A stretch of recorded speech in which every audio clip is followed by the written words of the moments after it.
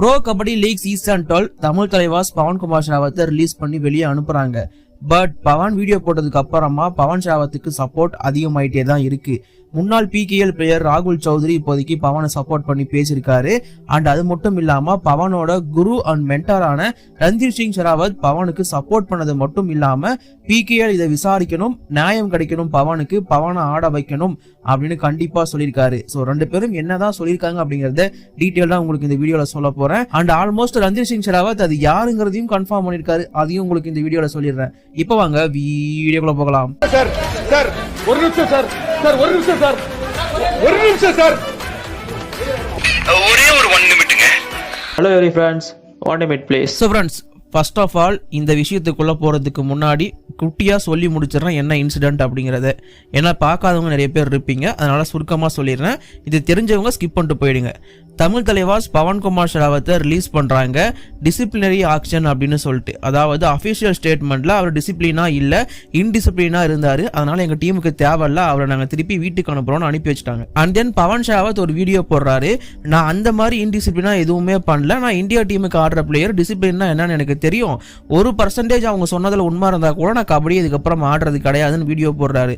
அதுக்கப்புறமா இது தமிழ் தலைவாஸ் வெர்சஸ் பவன்குமார் ஷெராவத் அப்படிங்கிற மாதிரி மாறுது. ஸோ தமிழ் தலைவாஸ் மேனேஜ்மெண்ட் பண்ணது தப்பா இல்லை பவன் ஷெராவத் பண்ணது தப்பா அப்படிங்கிறது தான் இப்போதைக்கு போயிட்டு இருக்க ஹாட் டாபிக்கான விஷயம். அண்ட் இதை பற்றி தான் நம்ம கண்டினியூஸாக வீடியோஸ் கவர் பண்ணிட்டு இருக்கோம். அண்ட் நிறைய பேர் வந்து நவீன் எக்ஸ்பிரஸோட இன்ஜுரி அப்டேட் கேட்டுட்டு இருக்கீங்க. கண்டிப்பாக அடுத்த வீடியோவில் அப்டேட் பண்ணுறேன். மன்பிரீத் சிங் அஃபிஷியலாக ஒரு அப்டேட் கொடுத்துருக்காரு, கூடிய சீக்கிரம் சொல்கிறேன். இன்ஸ்டாவில் கேட்டவங்க எல்லாருக்குமே நவீன் எப்போ வருவாருங்கிறத நான் அங்கே சொல்லிட்டேன். அண்ட் நீங்கள் இன்னும் கேட்டு தெரிஞ்சிக்கல அப்படின்னா இதான் என்னோட insta ID, link description and first கமெண்ட்ல இருக்கு, முடிஞ்சா கேட்டு அங்கே தெரிஞ்சுக்கோங்க. சரி, பவன்குமார் ஷெராவத்தை சுற்றி இந்த விஷயம் போயிட்டு இருக்கப்போ ராகுல் சௌத்ரி ஒரு வீடியோ ரிலீஸ் பண்ணுறாரு. இன்ஃபேக்ட் ராகுல் சௌத்ரி இன்ஸ்டாவில் இதை பற்றி பேசிட்டு இருக்காரு. சோசியல் மீடியாஸில் அவருக்கு ஒரு சேனல் இருக்கு, அதை வச்சு பேசிட்டு இருக்காரு தான், இல்லைன்னா சொல்ல. அந்த வகையில் ராகுல் சௌத்ரி சொன்ன விஷயம் என்னன்னு பார்த்தீங்கன்னா, அவர் இந்தியில தான் ஃபுல்லாக சொல்லியிருந்தாரு. பட் அதை நான் உங்களுக்கு தமிழில் மாற்றி சொல்கிறேன். ஃபர்ஸ்ட் அவர் சொன்ன விஷயம், ஏன் இது இந்தியன் பிளேயர்ஸுக்கு மட்டும் நடக்குது, ஈரான் பிளேயர் கூட ஒருத்தர் பேரவே சொல்லிடுறேன், முகமது ரெசா சடுலி அப்படின்னு அவர் சொல்லியிருந்தாரு. அவர் கூட தான் ஒழுங்கா ஆடல, ரொம்ப மோசமா ஆடிட்டு இருந்தாரு. மொத்தமா 4 மேட்ச் ஆடி இருக்காரு. 4ல் 1 மேட்ச் ஓரளவுக்கு ஒழுங்கா ஆடினாரு. அதுக்கப்புறமா 3 மேட்ச்ல 2 புள்ளி மட்டும் தான் எடுத்தாரு டேக்கிள்ஸ்ல. அப்படி வந்து அவருமே சக்சஸ்ஃபுல்லா இல்ல, ஃபார்மும் ரொம்ப மோசமா தான் இருக்கு. அப்படி இருக்கிறப்போ அவர் ஏன் நீங்க வந்து வீட்டுக்கு அனுப்பல, அவரை அனுப்பியிருக்க வேண்டியது தானே அப்படிங்கிற மாதிரி சொல்லியிருக்காரு. அவரை வீட்டுக்கு அனுப்பியிருந்தீங்கன்னா அது பெரிய பிரச்சனையா இருக்கும். ஸோ அதனால அவரை வீட்டுக்கு அனுப்பல. இந்தியன் பிளேயர்னா நீங்க ஈஸியா அனுப்பிடுவீங்கல்ல. ஒரு கோச் வந்து இந்த பிளேயர் எனக்கு பிடிக்கல அனுப்புங்கன்னு சொன்னா எதுவுமே கேட்காம நீங்க பாட்டு அனுப்பி விட்டுருவீங்களா? அவரோட ஆட்டிடியூட் தப்புன்னு அந்த கோச் சொன்னா உங்களுக்கு தப்பாயிடுமா? அப்படியே வீட்டுக்கு அனுப்பிச்சு விட்டுருவீங்களா? அப்படிங்கிற மாதிரி தான் அவர் வந்து அங்க வந்து கேட்டிருந்தாரு அந்த வீடியோல. ஸோ அவர் வந்து மென்ஷன் பண்றது சஞ்சீவ் பலியானா தான். ஏன்னா தலைவனை ஒதுக்குனது சஞ்சீவ் பலியான் தான். ஜெய்ப்பூர் பிங்க் பேலஸ்ல இருக்கிறப்போ ராகுல் சௌத்ரி ஒரு மாதிரி ஒதுக்கியே வச்சிருந்தாரு நம்ம சஞ்சீவ் பலியான். ஓகே, அது வந்து அவங்களுக்குள்ள இருக்கிற விஷயம். பட் ஒரு பிளேயரா ராகுல் சௌத்ரிக்கு அந்த வழி தெரியும்.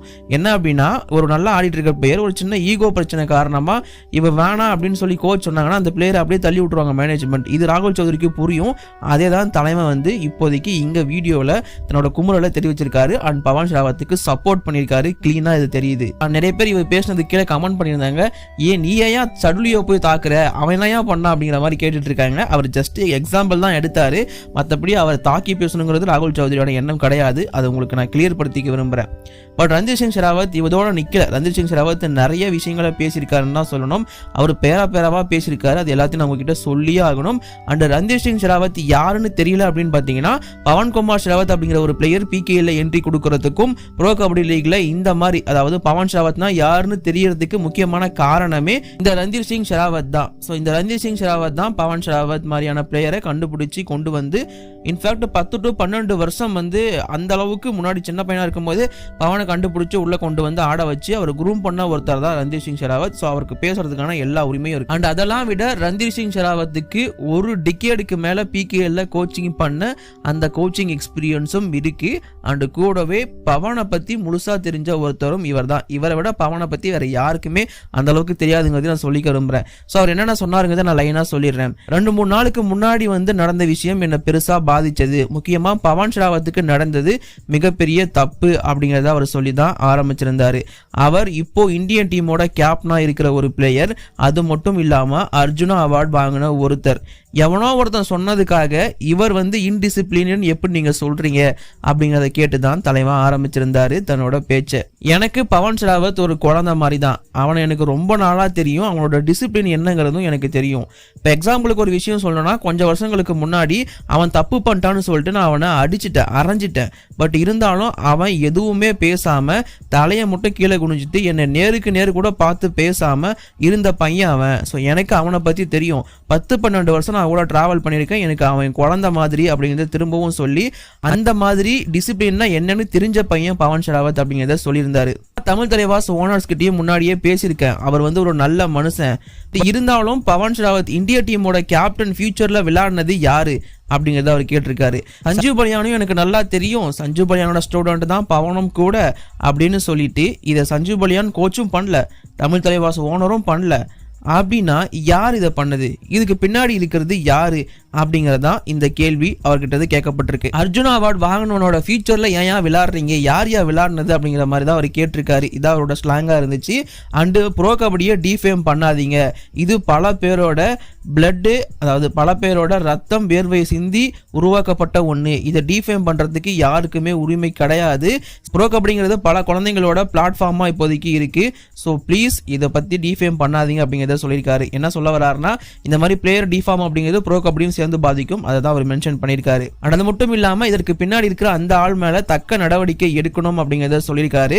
ஒரு பர்சன் சொல்ற ஒரு வார்த்தையினால ஒரு பிளேயரோட ஃபியூச்சரை எப்படி நீங்க ரிஸ்க்ல போடலாம் அப்படிங்கிற மாதிரி மேனேஜ்மெண்ட்டை பார்த்து கேட்டிருக்காரு. பவன் உங்களுக்கு நிஜமாவே இன்டிசிப்ளின் அப்படின்னு தோணுச்சுன்னா தென் எதுக்கு வந்து சீசன் 9ல அவரை சைன் பண்ணி எடுத்தீங்க? சைன் பண்ணது மட்டும் இல்லாமல் இன்ஜுரி ஆனதுக்கு அப்புறமா அவரை பேக் பண்ணுறீங்க, அவரை ப்ரைஸ் பண்ணுறீங்க. அந்த ஓனர் வந்து நல்லவர், அவர்கிட்ட நான் கால் பண்ணி பேசினேன் அந்த சீசன் முடிஞ்சதுக்கு அப்புறமா. பவனை பற்றி அவர் அவ்வளோ பாராட்டினாரு, பவன் நல்லவர்னு சொன்னார், பவன் எந்த பிரச்சனையும் இல்லைன்னு சொன்னார். அப்படி சொன்ன அவருக்கு எப்படி இப்போ அவர் இன்டிசிப்ளினாக தெரிஞ்சாரு? அண்ட் அது மட்டும் இல்லாமல் இன்டிசிப்ளின் அப்படின்னு உங்களுக்கு தெரியுதுன்னா அப்புறம் ஏன் திரும்பவும் இந்த சீசன் வந்து அவர் எடுக்கிறீங்க அப்படிங்கிற மாதிரி அவர் கேட்டிருக்காரு. அண்ட் நான் இங்கே சேலஞ்ச் பண்ணி ஒரு விஷயத்த சொல்கிறேன். பிக் டிஃபரன்ஸ் இருக்கு ஈகோவுக்கும் இன்டிசிப்ளினுக்கும் அப்படிங்கிறத சொல்லியிருக்காரு. ஈகோ வேற, இன்டிசிப்ளின் வேற. இங்க இருக்கிறது, இங்க விளையாடிட்டு இருக்கிறது ஈகோ அப்படிங்கிறத சொல்லியிருக்காரு. பிளேயர்ஸுக்கு ஈகோ இருக்குன்னு சொல்றாங்க. அண்ட் எனக்கு தெரியல இதை பண்ணது மேனேஜரா, அதாவது தமிழ் தலைவாஸ் டீமோட மேனேஜரா இல்ல சிஇஓவா, இந்த அக்யூசியேஷனை வச்சது யாருன்னு தெரியல. ஹி ஹாஸ் ஈகோ, அவங்களுக்கு ஈகோ இருக்கு அப்படிங்கிற மாதிரி சொல்லியிருக்காரு. இது என்ன விஷயம் யாருங்கிறத நான் கடைசியில சொல்றேன், அதற்கு முன்னாடி இதை சொல்லி முடிச்சிடுறேன். ஸோ இந்த மாதிரி ஒரு பையன் என்கிட்ட அவ்வளோ திட்டு வாங்கியிருக்கான். திட்டு வாங்கிட்டு என்னை எதுவுமே பேசினதில்லை என்கிட்ட. அப்படி இருக்கிற ஒருத்தன் இன்டிசிப்ளின் நீங்க எப்படி சொல்லலாம் அப்படிங்கிறதான் திரும்பவும் அவர் கேட்டிருக்காரு. பவனுக்கு இன்னும் ஒரு பெரிய கெரியர் இருக்கு பிகேல பொறுத்த வரைக்கும், கபடியை பொறுத்த வரைக்கும். ஆக்சுவலி நான் பவனை குறையா சொல்லாம இவன் சொல்றதுக்காக யோசிக்காதீங்க.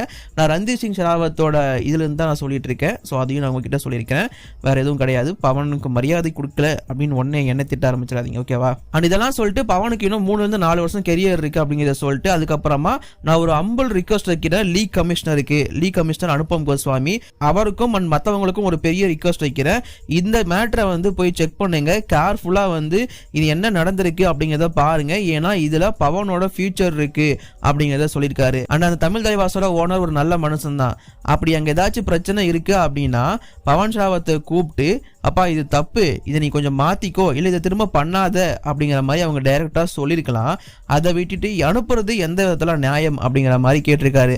அசிய பவன்ஸ் மென்டார், அதாவது பவனோட மென்டாரா நான் ஒரு பெரிய ரிக்வஸ்ட் வச்சுக்கிறேன்.